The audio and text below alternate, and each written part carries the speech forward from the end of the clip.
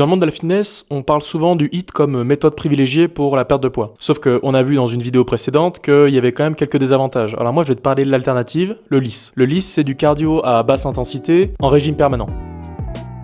C'est de l'endurance. Donc le LISS, c'est une forme d'exercice cardiovasculaire où tu vas maintenir un effort constant et faible pendant une longue durée. Donc tu vas viser 50 à 70% de ta fréquence cardiaque, généralement entre 30 et 60 minutes. C'est un rythme qui va te permettre de tenir une conversation. Donc à cette intensité plus faible et maintenue, le corps il va être capable d'utiliser l'oxygène pour métaboliser les substrats énergétiques. En gros, il va pouvoir taper dans les graisses plutôt que dans le glycogène, comme le ferait le HIIT par exemple. Une étude a démontré qu'un exercice de faible intensité et de longue durée avait de meilleurs effets sur l'oxydation totale des graisses comparé à un effort modéré, pour une dépense calorique similaire. Donc la question centrale c'est quoi? Est-ce que le LISS c'est efficace pour la perte de poids? Donc plusieurs méta-analyses et études comparatives ont pu voir que le HIIT et le LISS sont tous les deux efficaces pour la perte de poids, à condition que la dépense énergétique totale soit égale. Cependant, le LISS, il a quand même des avantages spécifiques. Une étude de 2014 a montré que l'exercice en aérobie continue, comme le LISS par exemple, c'était plus efficace que le HIIT pour la répartition de la graisse corporelle. De plus, tu as le LISS qui a tendance à augmenter moins l'appétit que le HIIT. Donc ça, c'est plutôt un avantage mental pour pouvoir maintenir un déficit calorique plus constant. Après, au-delà de la perte de poids, le LISS, il a quand même d'autres avantages pour la santé. Dans un premier temps,